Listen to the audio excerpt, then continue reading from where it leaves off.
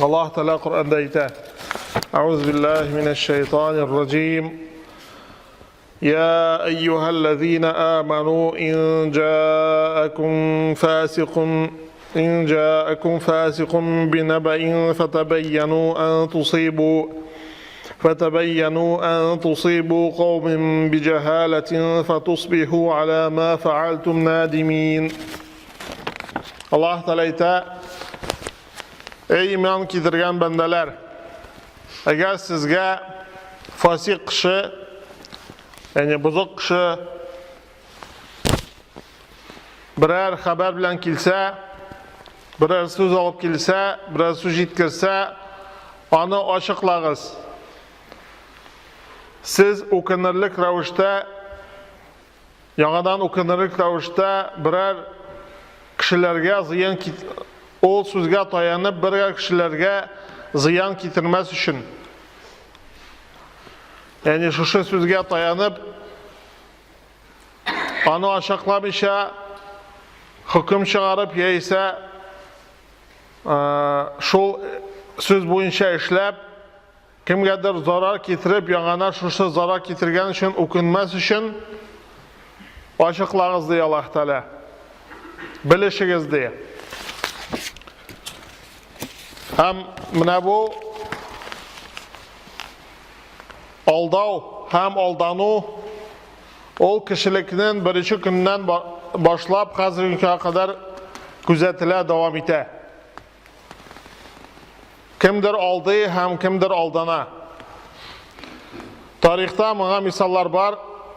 Masalan, iblis, Allah'ın la'nati bo'lsin, anga jannatdan Adam aleyhisselam bilan Hava radhiyallohu anhalarni chiqarir uchun ularni aldadi. Ham aldaganda 3 türlü etib keldi, 3 türlü etib ularga turli so'zlar ravishida ularni aldadi, ularni durust yo'ldan bizdirdi. Allah Teala bunun turunda ayta, İblis aytdi: "Hal adulluka ala shajaratil khuldi ve mulkin la yabla." Men senga ağaçqa ham bitmay turgan mulkatga, boyliqqa ko'rsataymi deb boshda Adam alayhissalom yanına keldi. Yani bitmay turgan mulk podshohlikni va'da etdi, ham shunday bor ağaç bor deb aldadi.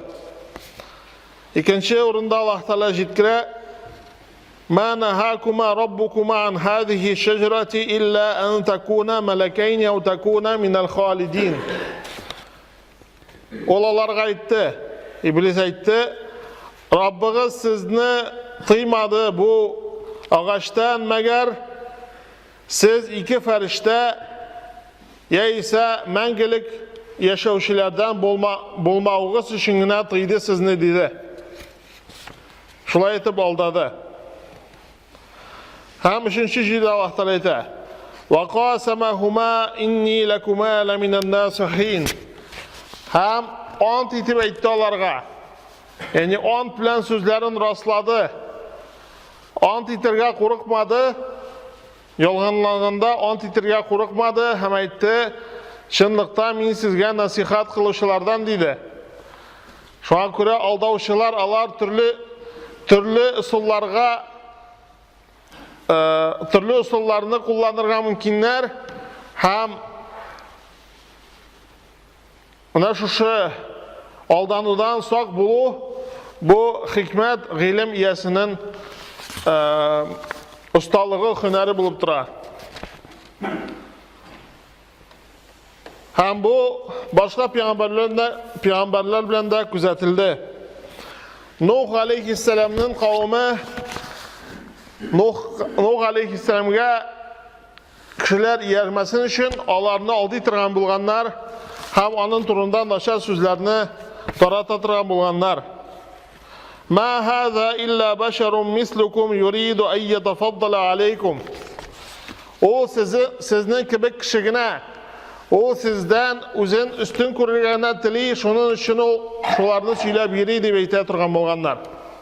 Nuh alayhissalom turunda. Ol o'zin sizdan fazilatliroq, ustunroq ko'rgan tili, shuning uchun söylab yuri deb oldi turgan bo'lganlar. Musa alayhissalom Firavun yanına kelgach, Firavun xalqına aytdi: "İnni akhafu an yubaddila dinakum aw an yuzhira fil ardil fasad." Ol o'zining xalqına Misrda yashovchilarga nasihat ravishida aytdi. Yani nasihat ravişin so'zlarda qo'llandi. Men qo'rqam diye, o sizden aragızda buzuqliq taratır deb qo'rqam diye. Ham sizning diningizni o'zgartir deb qo'rqam deb aytdi. Yani men sizning uchun qo'rqam, переживаю deb aytdi. Shunday so'zlarni qo'llana, xalq anga yersin uchun, xalq uni tinglasin uchun. Ham Muhammed Peygamber sallallahu aleyhi ve sellem kelgach, ham Arablar Qur'on so'zining ustalig'ini ko'rgach, eshitgach, aniga g'ajablanib yara turgan bo'lgach, ular onun turunda, Makka mushriklari onun turunda bo'lmagan, o'ylab topilgan so'zlar aytib turgan bo'lganlar. O sihirchi, o divana, o şair, o kurezeşi deyip türlü ona xas bulmagan sıfatlar uylap taba turgan bolganlar. Kişiler ona yermesin için. Çünkü onlar Kur'an'ın kişi sözünden üstünlüğünü kureydiler. Şunun sebeple onlar yereydiler. Kur'an'ın Allah sözü kişi eğitir almaslık sözü ikenini anlaydiler. Ham Mekke müşrikleri buna karşı tura almaydılar. Şuna göre onlar Kur'an sözün sihir ya ise kurezeşilik o tege gadetten tış ayber deyip kusatip sihirçilik deyip onu atıydılar. Kişiler ona yermesinler için. Ham mana bu birinchi o'qilib ketgan oyat, ochiqlag'iz degan oyat. O Muhammed Peygamber sallallahu aleyhi ve sellem'e qachon indirildi? Madina shurunda indi. Peygamber sallallahu aleyhi ve sellem Al-Walid ibn Uqba degan sahabani jibara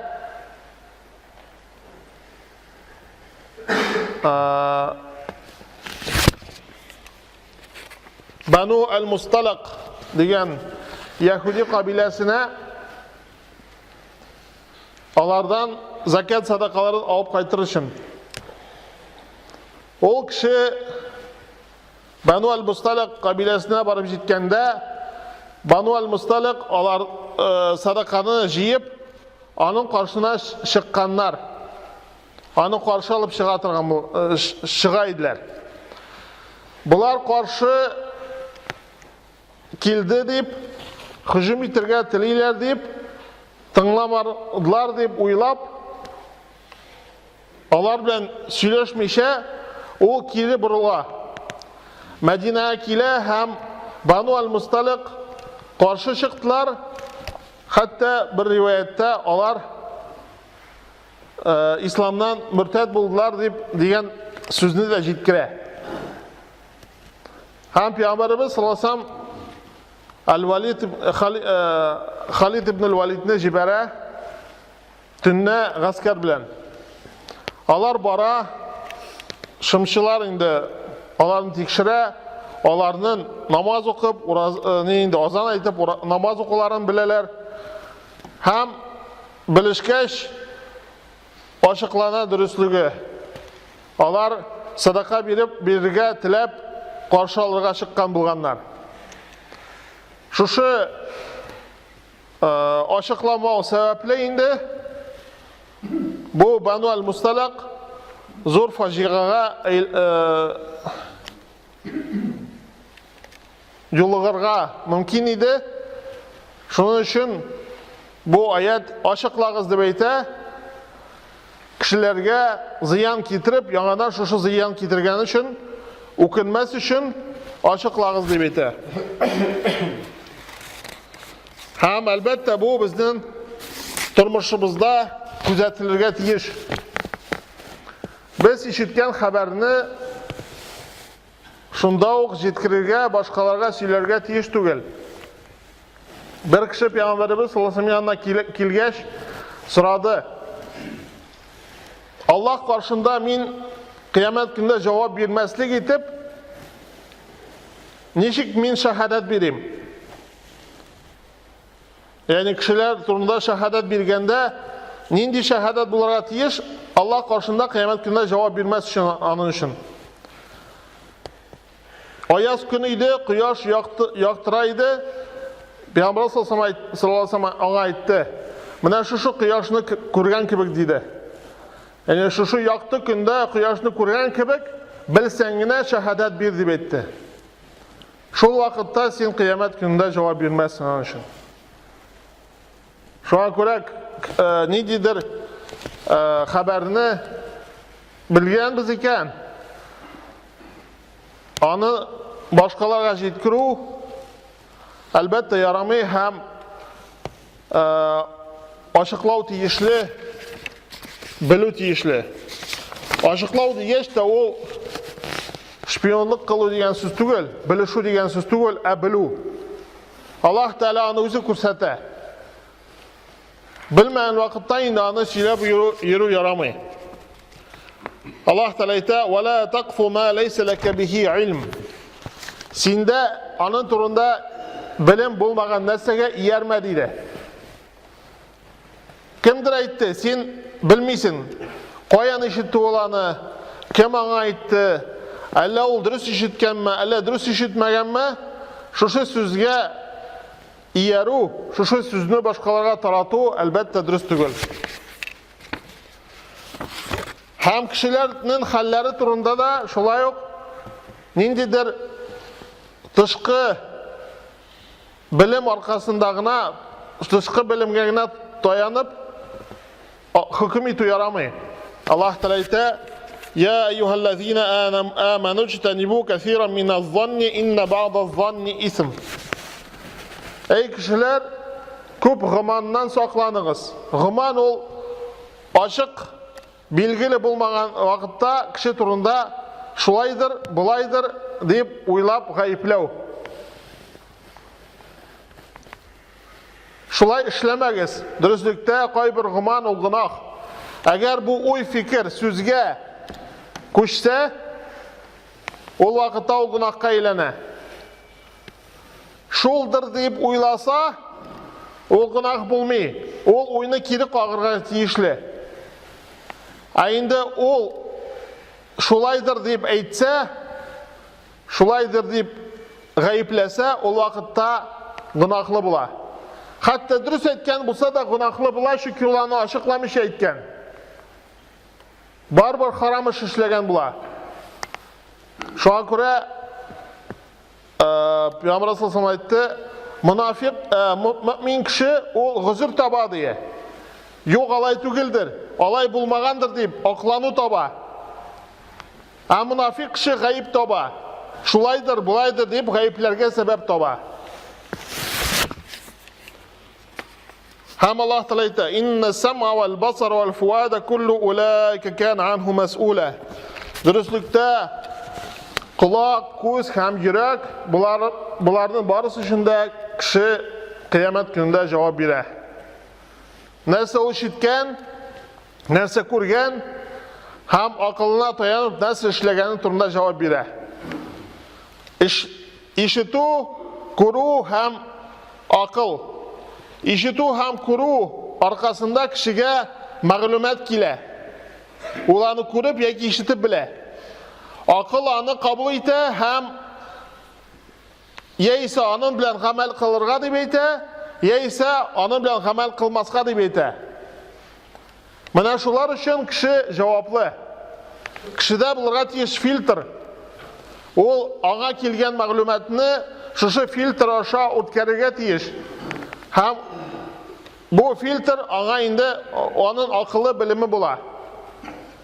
Менә шушы акылы белеме һәм тақвалыгына таянып инде ул хөкем итә, моңа ияргә ярамый, яисә бу дөрес дип, һәм ахырда кыямәт көнендә инде аның өчен җавап бирәчәк.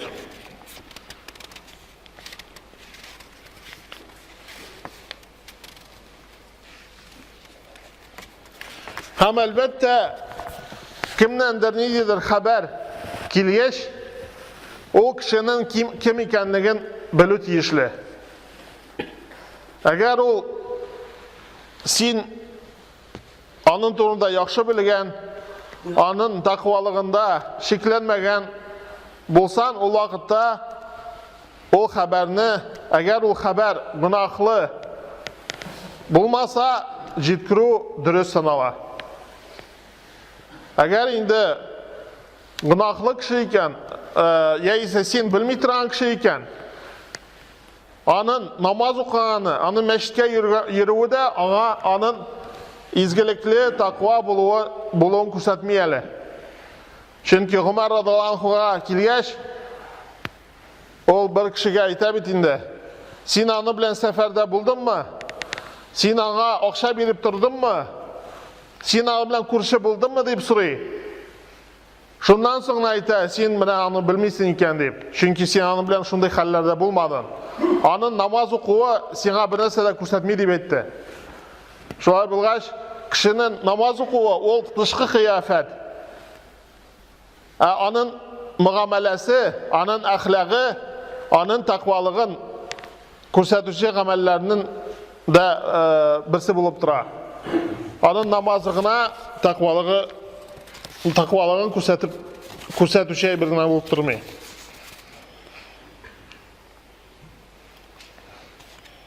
Һәм шуның өчен без белмәгән әйберне галимнәрдән ачыкларга тиешбез. Аллаһ Тәгалә әйтә: "Фас'алу ахла зикри ин кунтум ла та'ламун."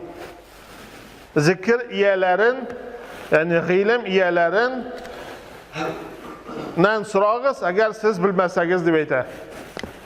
Шуңа күрә галимнәргә нән сүзләренә күз салырга һәм галимнәр белән киңәшләшергә тиешле. Һәм шушы ачыклау ул күп төрле проблемалардан чыгу юлы булып тора. Яисә киресенчә, шушы ачыкламау аркасында күп проблемалар барлыкка килә. Ул гаилә эчендә, ул күршеләр арасында, ул эштә бергә эшли торган кешеләр арасында, ул мөгамәләдә ачыкламыйча хәбәргә таянып хөкем кылу сәбәбендә күп аңлашылмаучылыклар, хәтта сугышлар барлыкка килә. Менә шушы шайтан коралы ул әлбәттә көчле. Һәм акыл һәм Аллаһның сүзенә таянугына, Аллаһ сүзен буйсынугына шушы хәлдән безне коткара ала.